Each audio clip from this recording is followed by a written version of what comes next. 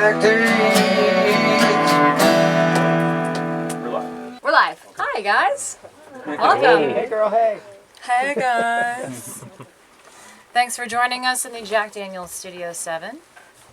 Hello, welcome. Hi. Everyone, Chris Cornell. Welcome. Thank you. It's great to have you back in the city.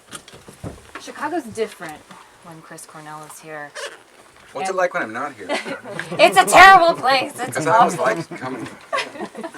And it was great this time because it was the first time in years, I think, that I flew in and the plane landed before 4:30 p.m. Nice. Which then makes the drive in like an hour and a half or more. Oh, yeah. It's like a big difference. 20 minutes, hour and a half. Yeah, our traffic is pretty awful. But thank you for joining us today after this incredible sold-out show at Chicago Theater last night. Oh, thank you. Just one of the absolute best. I was at the show last night. Awesome. A lot of us were there. Awesome. And I don't think there's a person on this planet who has a catalog like yourself that can pull from your incredible solo stuff, Soundgarden, Audioslave, Temple the Dog, and then all these covers. Is it hard for you to figure out a set list every night? Kind of. The one thing that I guess makes it a little bit easier is that there's a certain number of kind of core songs that I know someone's going to get mad at me if I don't play it. I was sitting next to a couple of those women. Yeah. And then introducing, like I think I played 5 songs from the new album last night. Normally I try to do 6, which is half of the basic album. And that, up until now, I had just been doing sort of my whole history. And then when King Animal came out, the Soundgarden album, I was doing a couple songs from that. And so having like 6 new songs, and I'm always kind of figuring out new covers and things like that, that sort of has made it a little more difficult to sort of cover all of the territory that fans might want me to cover. That's why I'm not playing the whole record, really. Yeah. The whole There's just not enough time in yeah, in a week. Yeah. I'm not. Yeah, I always felt like once you have a history that's that long, it's not. I don't think it's right to go sort of force an entire new thing on an audience like that. It's kind of unfair. Well, it just so happens that the new album, Higher Truth, is pretty freaking incredible. So Thank you. It's not a bad thing. Would you like to maybe Sure, we'll play. start off with a song? We'll do a song on it. The first song that's on it. This is called "Nearly Forgot My Broken Heart."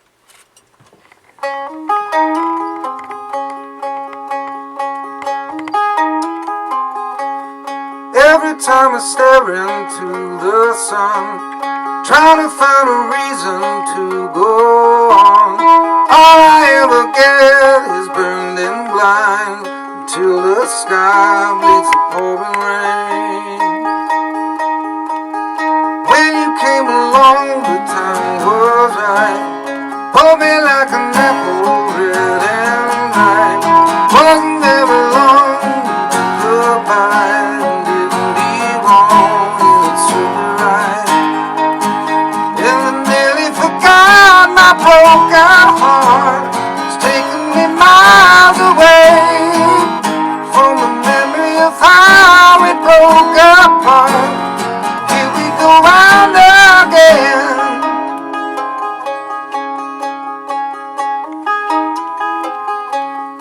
Every little key unlocks a door. Every little secret has a lie. Trying to take a picture of the sun, yeah, it won't help you to see the light. Every little word upon your lips makes a little cut where blood pours out. Every little drop of a kiss that I won't miss now for anything.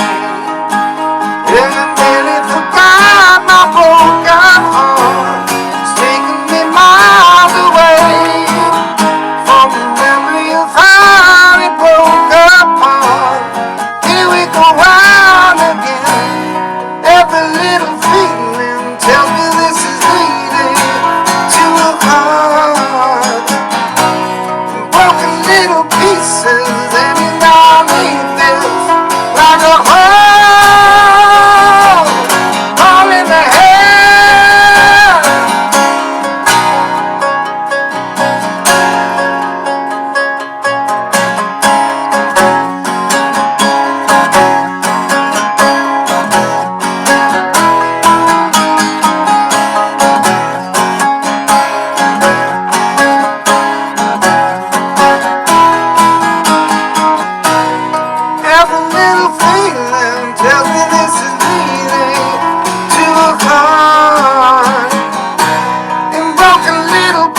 pieces, and you know I need this like a whole.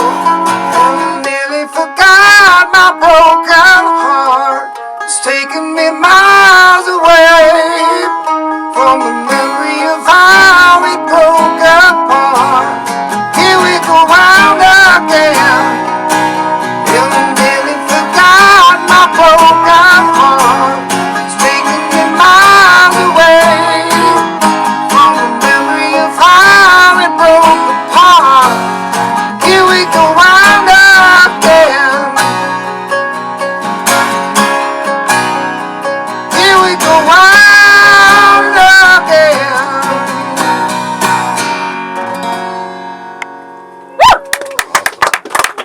So good. So is it true that that song, you actually wrote it a couple years ago and kind of scratched it? That song, no. I think that I wrote the title down a couple years ago, and I liked the title because I already had the image of what it would be about. You know, it's about somebody that's had a disastrous thing happen in their life.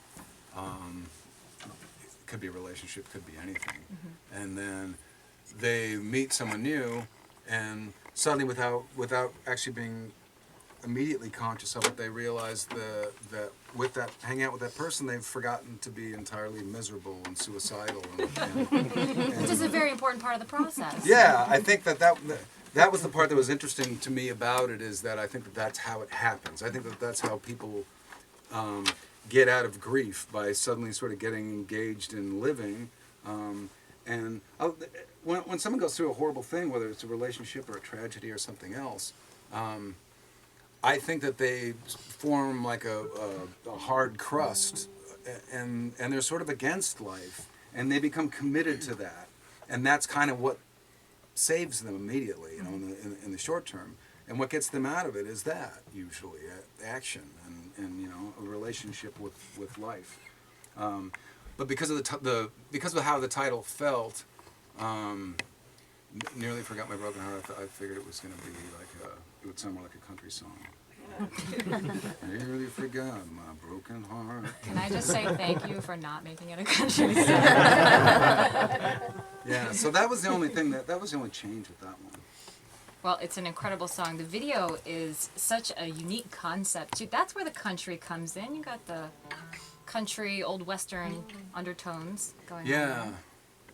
Yeah, the video idea I came up with when I just read a bunch of video treatments, and unless you're someone that's really into it, and I can be sometimes, but videos usually tend to be some weird limb to your creative process that if it's someone else's idea and it's a director that isn't someone you know, it doesn't really have anything to do with what you're doing. Sure. It doesn't really have anything to do with the song.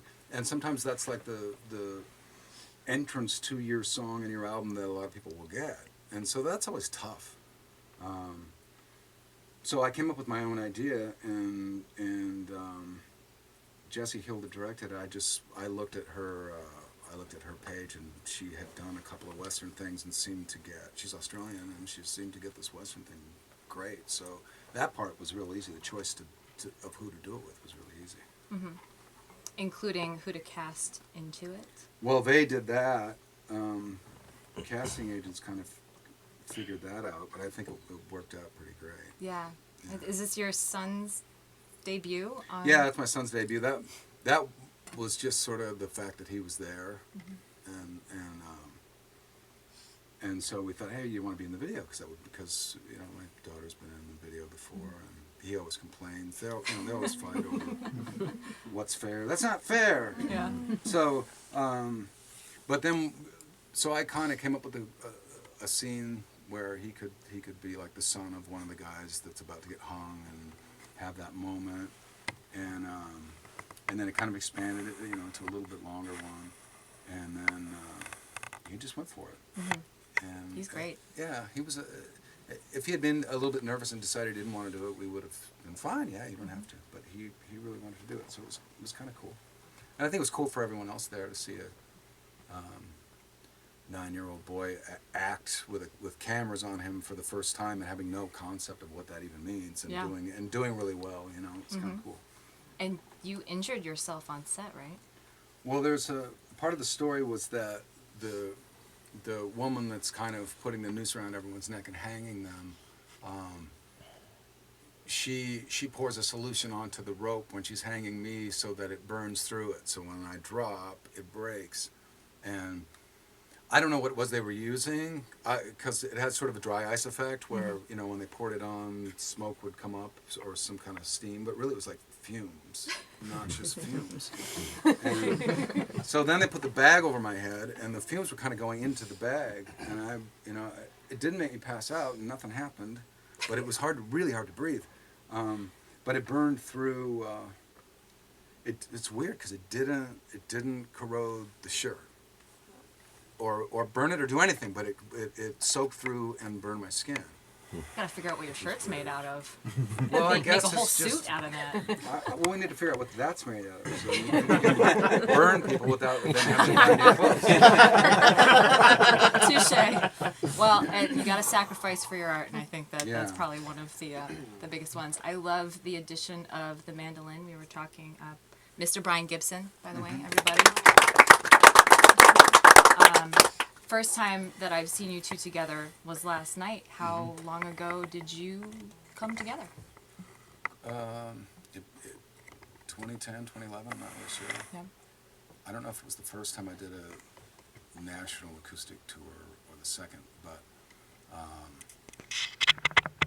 a friend of mine who knew Brian told me that he had worked up some songs for like some cello arrangements for Soundgarden songs, one of which we're going to play now. And so I heard a tape of it and thought it sounded pretty cool. So I had him up as a guest, and it was great. And we did that a couple more times and worked up different arrangements for different songs. And so on this tour, I kind of wanted to do something different. And Brian was the only person that came to mind to me that felt like, well, I know that was great, and I know the audience loved it, and it's a completely different approach to any of the songs that he plays on. There's only one song that's on Higher Truth, the new album, that has a string arrangement, and so that's the only one where he's playing kind of what's on the record. Otherwise, everything else he's playing to is something like an arrangement he came up with. Yeah. For a song that didn't already have strings. Well, I was sitting with a couple musicians last night who all were like, "I'm stealing that guy." So if you're not already busy enough. What happens? I mean, they want to steal you too, Chris, but, figure. No, next time out, Brian's going to say, well, you can't afford me. Yeah! Yeah, no. You know what? I haven't got time to talk. We can talk about this later. If you are streaming along at home, you can ask questions with the hashtag #JackLive. But in the meantime, I think we should explore some of these arrangements we've been talking about. Let's do this. Am I on? Here we go.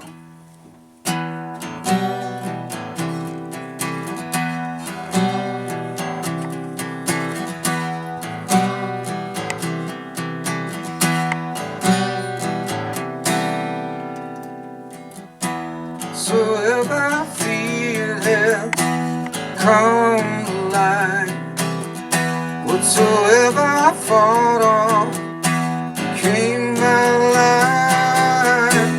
Just spend every day seem to greet me with a smile. Sun starts fading. Now I'm doing fine. Now I'm doing fine.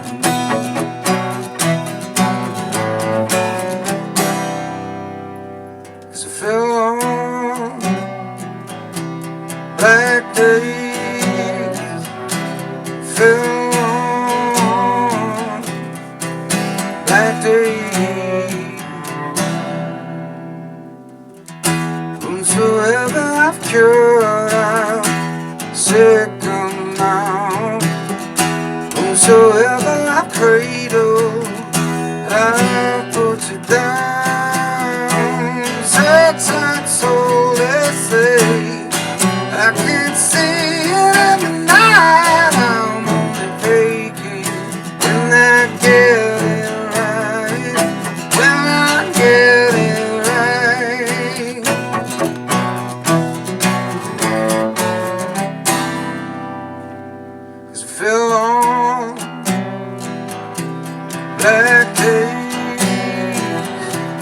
fell on black days. How would I know that this could be my fate? How would I know that this could be my fate?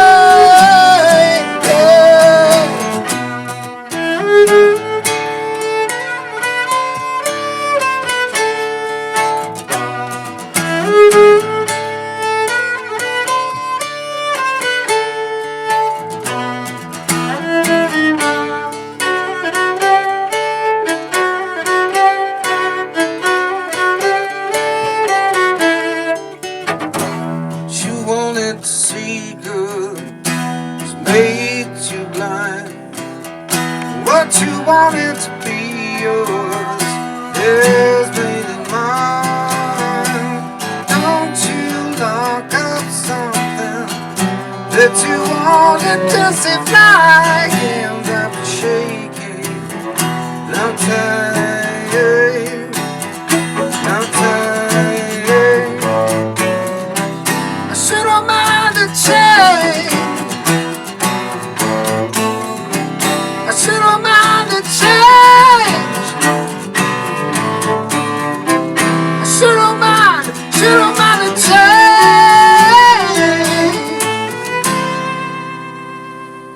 But I fell on black days. Fell on black days. How would I know that this could be my fate?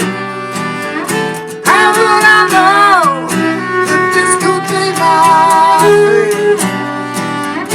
How would I know that this could be my fate?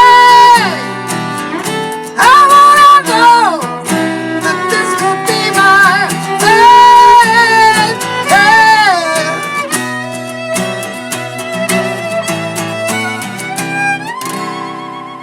I sure don't mind the change.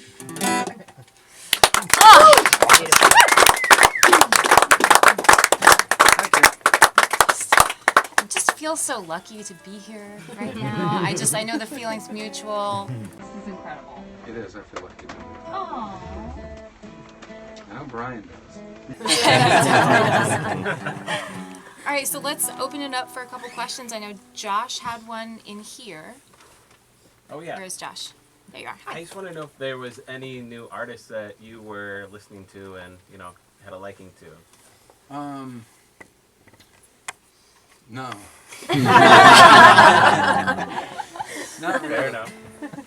Yeah, not that I would like bring up and talk about. One of the reasons why I'm careful to do that is because what happens is when you bring something like that up and say, well, I like this record and I like that, then like for the next 2 years when you do interviews, they're like, so you really love this record. And then that turns into, you were totally influenced by that record. Really? We've got one on Twitter from, you gotta hold it up again. I can't read that far. From Amy. Amy. With the hashtag #JackLive is how you can submit your questions there. She wants to know if you can still relate to songs that you wrote 10 years ago. Yeah, that either evolves with you, I think, or you relate to it on the same level or the same basis that you did when it first happened. So in other words, I still will feel the same way about it, or sometimes maybe I feel even closer to the lyrics as time goes by because I've had more experiences and maybe it's almost like kind of understanding your own lyrics more over time, even though it's your own. I mean, when I was a kid, I really got into a couple of Elvis Costello albums, like the third and fourth albums, Armed Forces and Imperial Bedroom, and he had a B-sides album. And he was a really young guy, but he was writing about really adult topics, and I didn't understand any of what he was talking about. It was about divorce and alcoholism and breakups and sort of functioning and kind of walking the tightrope between sort of being honest and dishonest but in a lot of subtle ways and with like really creative wordplay and stuff like that. And it's funny, as time has gone on, something will happen, and then I'll think of one of those songs and think, oh, that's what he meant. Now I totally get it. That and kind of the geography of London. I got that from his songs. Too. Like, sort of, I go into a neighborhood in London and go, oh, that's the neighborhood from that Elvis Costello song, or that Beatles song. Are you a Sir yet? Have you been knighted? I don't think as you England? can be knighted as an American. Oh, you can't? No. Oh. Shows what I know. I think you have to be born there, and I think you have to pay taxes there. Oh, that makes sense. And I think they have to feel like you're paying all your taxes. I heard Sir Chris Cornell, and I was like, yeah, that kind of works. Oh yeah. I'd love to be knighted.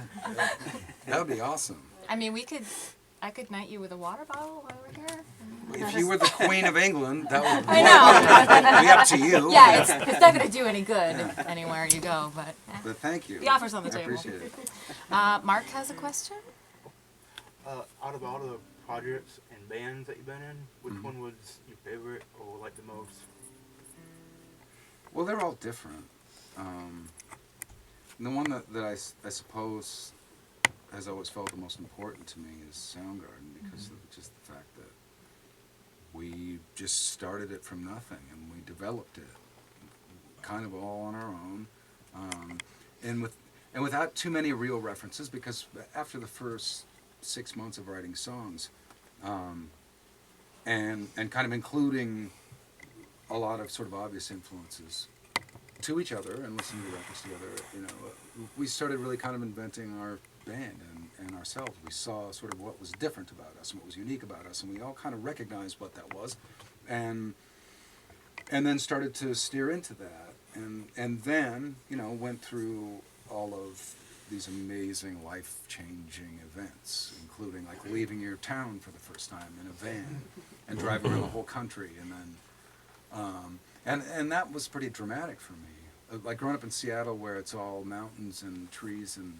water everywhere, like that first, it takes like 3 days to drive through Texas, and I remember the first 2 days and just thinking, God. And I hadn't seen a hill in hours and hours, and the highway didn't have a slight turn in it, for 48 hours, and that was really unusual. And then traveling the world, and then starting to have success, and our friends having success, and all this stuff that we went through as 4 guys, you go through a lot of scary things, you go through a lot of amazing things, but I think it's like that type of camaraderie, it sort of requires like life-changing events that you've dealt with together, and only the 4 of you. That can't, nothing will ever be. Nothing I do musically, I think, will ever be as important as that band was to me. And to everyone in this room, definitely. I'm curious if A, you know how many guitars you own, and B, if you name them.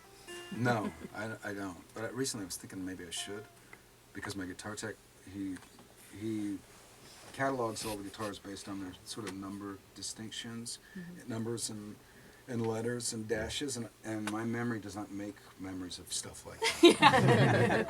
I can make memories of colors, melodies, but I'm not good with names either. So if I named them, I'd stand embarrassed in front of my guitar and I'm sorry, but I forgot. Have we met before? Oh, you're my favorite guitar. Roger, right? Oh no. Liam. Sorry.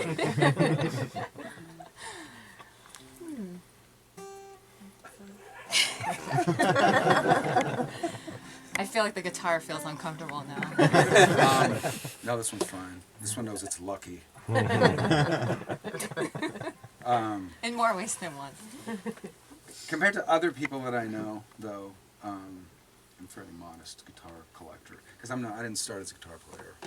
I actually started as a drummer, and then became a singer, and started writing songs. I picked up the guitar just to learn how to write songs, so I wasn't like a guitar freak that did woodshedding at 16 years old and got really good. It's sort of always a work in progress. But I do like guitars, and I like what they do.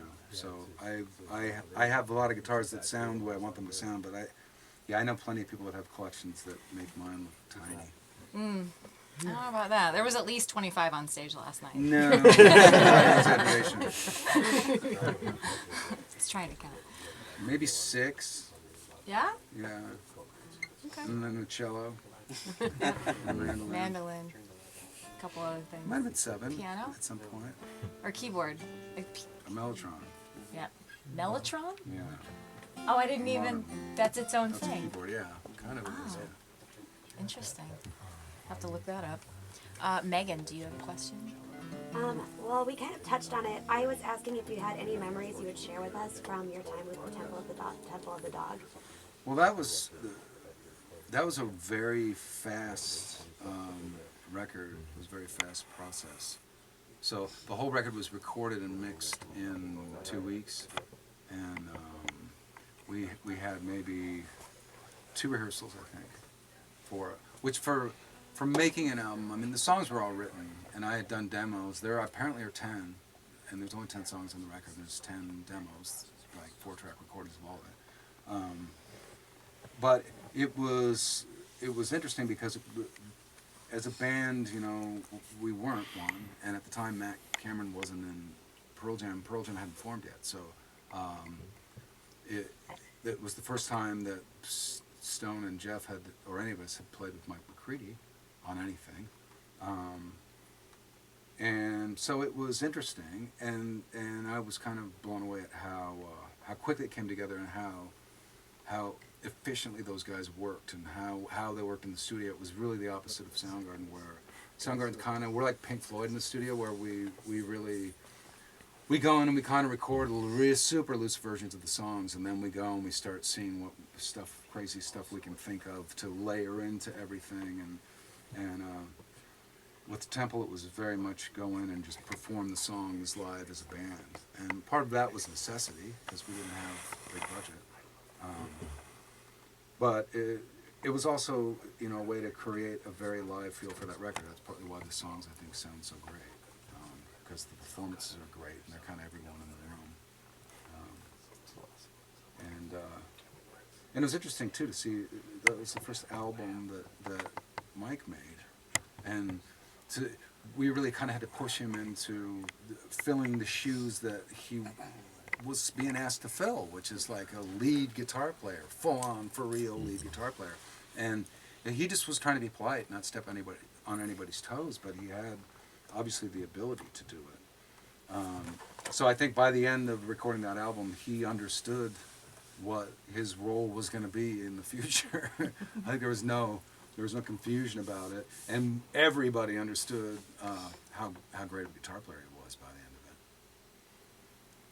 Definitely. And to contrast Fast with Temple of the Dog and your latest album, Higher Truth, I read that it's actually been a couple years in the making. Higher Truth? Yeah. Yeah, maybe the actual album was recorded really quickly, but the writing took about 2.5 years, maybe, because I was on tour myself. Soundgarden toured. We did a couple tours in the middle of all that, so I would kind of have like a 1 or 2 week writing period, and then I would go do something else, and then, you know, I would come back, and it gave me the opportunity to kind of revisit songs. And I wrote, you know, some of the songs, like there's a song called Before We Disappear that actually started as a completely different, same lyrics pretty much, completely different melody and chords, and rewrote it a few times. And so the version that's on the album is not the original version. And then the song Higher Truth, for example, I rearranged and did different arrangements to it 2 or 3 times, and the version that's on the record is actually the very first one, where I had time to think about it and thought, no, this was great the first time around. I did the same thing to the song Our Time in the Universe. I tried to rewrite it, and eventually went back to the original arrangement, because, and I think having time apart, like I toured Australia with Soundgarden, and just kind of didn't listen to anything, and came back and had a much sort of more realistic perspective. The main problem I think that one has when they truly write a solo album where they're the only writer and they're not reacting to another person in the room is that you can kind of second guess yourself at some point. You know, when there's too many weeks in a room, you can lose perspective where one day you really loved a song you're working on, you understood it was great and it's what you were trying to do, and then you get in a bad mood a day later and you play it and you think, no, this is awful, this is crap. And there's no cure for that. I think what helps is when you have a band is that someone else will react immediately. Like, you won't get very far down the road. If it's something that is uninteresting, that it won't be responded to. And if it's something that is interesting, whether you believe it or not, suddenly people will respond to it right away. Yeah. And like the song My Way for Super Unknown was, I think we were just rehearsing for a tour, and we were nearly done recording Super Unknown, and I just started playing that chordal part in the rehearsal, and everyone just kind of jumped in, and it became a song right away. And you knew that was going to be a song because everybody was immediately enthusiastic about it. So if we all liked it, then we knew it was good. We didn't have to guess. Sure. Do you find it difficult to wear all these different hats that you do? Do you have to go in with a certain mind frame that, okay, this is Soundgarden, this is solo stuff, this potentially, was Audioslave, or... I think that's pretty easy. Yeah. Yeah. I think as long as you have sort of a good idea in your mind of the creative direction of a record, and you sort of stay on that course. I would love nothing more than to be writing a song for a solo album and then just somehow have the problem of, these songs sound like they'd make better Soundgarden songs. That'd be great. I'd be totally fine with that. And I think that happened on King Animal when I was rehearsing for an acoustic tour.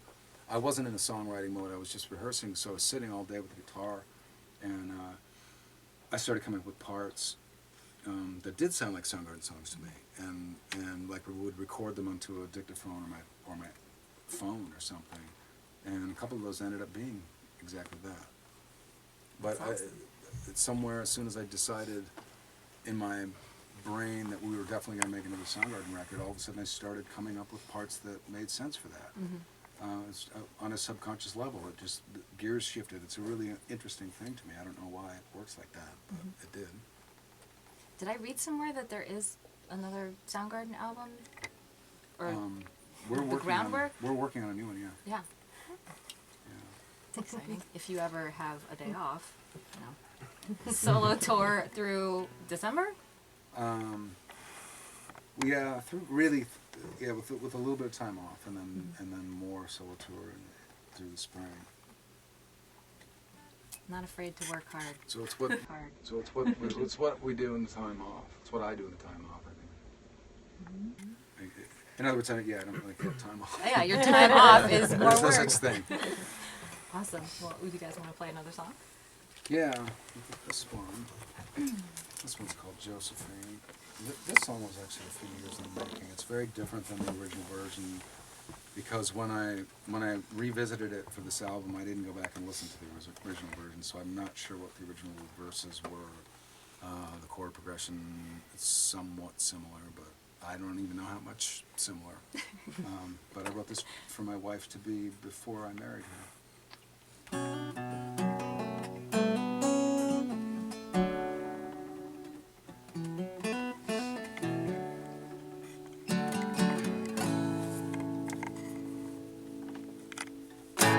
Josephine, where can you be now? Again, the sun is rising on my troubles. Don't deny, you know you and I are the making of the world's fate. Just can't pull apart. My sweet Josephine, won't you come and marry me?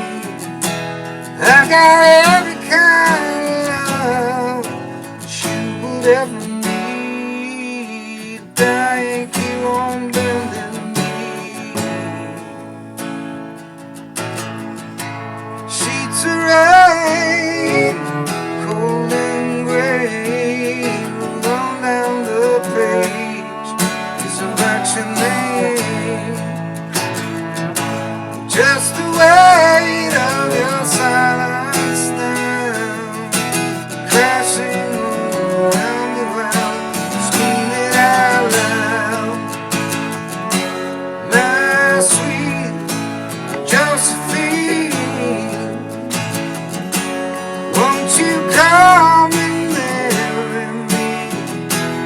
I got every kind of love that you ever need. Dying here on bending knee,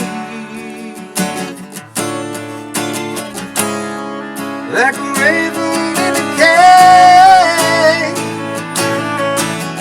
Blood of my blood, spawn wash away. Like a stitched together doll, feet to the flame as I fall on the bed for someone else's pain, for someone else's pain.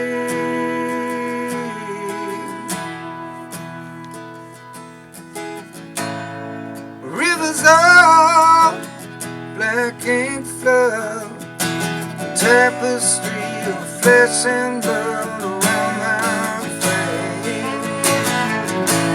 Living shrine just for you if you'll be mine. Golden band upon your head, leaves and sweaters behind my sweet Josephine. Won't you come in there and me? I got every kind of love that you would ever need. Dying here on bending knee, dying here on bending knee, dying here on bending knees. My Josephine.